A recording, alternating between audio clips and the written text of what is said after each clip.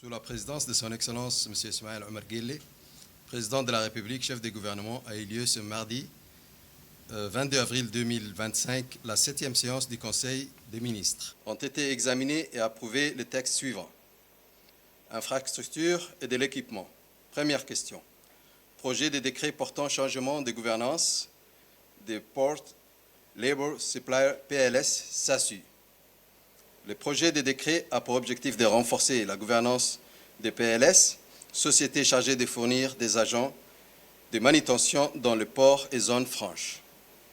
Le projet modifie les statuts de PLS en tant qu'entité autonome bénéficiant de l'autonomie administrative et financière tout en restant une société par action, simplifiée, unipersonnelle, anciennement rattachée à DMP et qui sera désormais directement sous la tutelle de l'autorité des ports et des zones franches.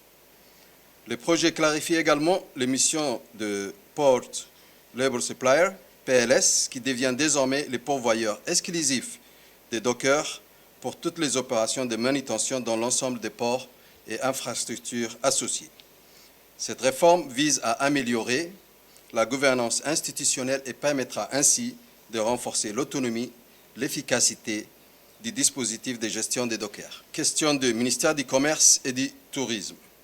Projet d'arrêté portant création du comité technique de normalisation du secteur électricité, électronique, électrotechnique et énergie renouvelable, ADN/CT02.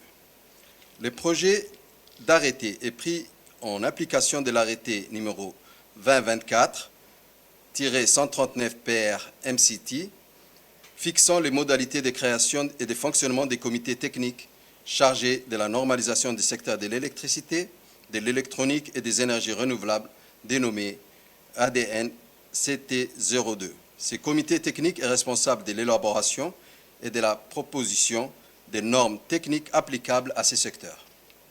Il veille également à l'harmonisation des normes nationales avec les normes régionales et internationales, tout en assurant leur mise à jour en fonction des évolutions technologiques. Le comité inclut des représentants du ministère du Commerce, de l'Énergie, de l'Habitat, de l'Enseignement supérieur, de l'ODEG, la douane, ainsi que des institutions publiques comme l'EDD, les organisations professionnelles du secteur et des associations de consommateurs.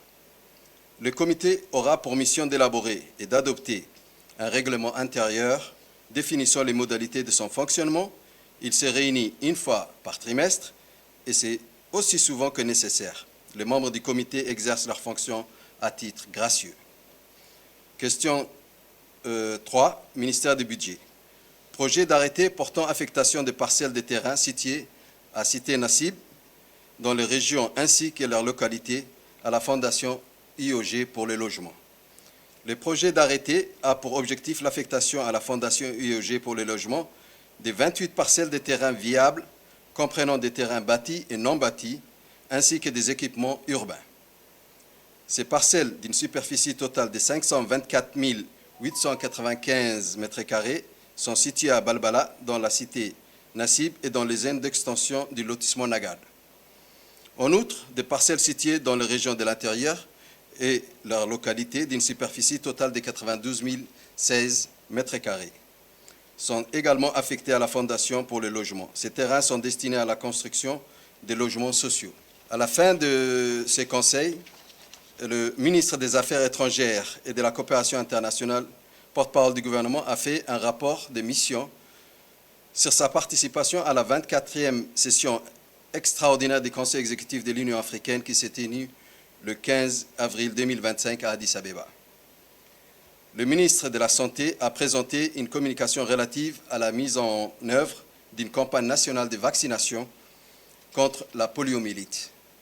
Cette campagne s'inscrit dans le cadre du plan national de riposte aux épidémies de poliovirus, avec pour objectif principal de protéger les enfants de moins de 5 ans, population la plus vulnérable face à cette maladie, et d'interrompre la chaîne de transmission du virus sur l'ensemble du territoire national, dans la capitale et les régions de l'intérieur.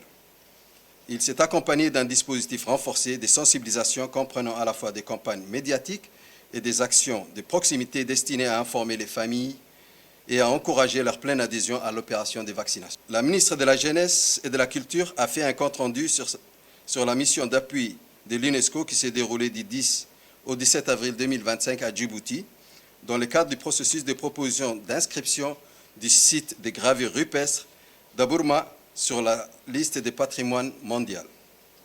L'UNESCO, en tant que partenaire stratégique, continuera d'accompagner la République de Djibouti jusqu'au dépôt officiel du dossier prévu en 2026, avec pour objectif une inscription en 2027. La ministre de la Jeunesse et de la Culture a également fait un rapport sur le développement du secteur de l'édition des livres en République de Djibouti, secteur qui sera à l'honneur avec la 3e édition du Salon du Livre de Djibouti, actuellement en cours à la Bibliothèque et les Archives nationales, BAN. Merci beaucoup.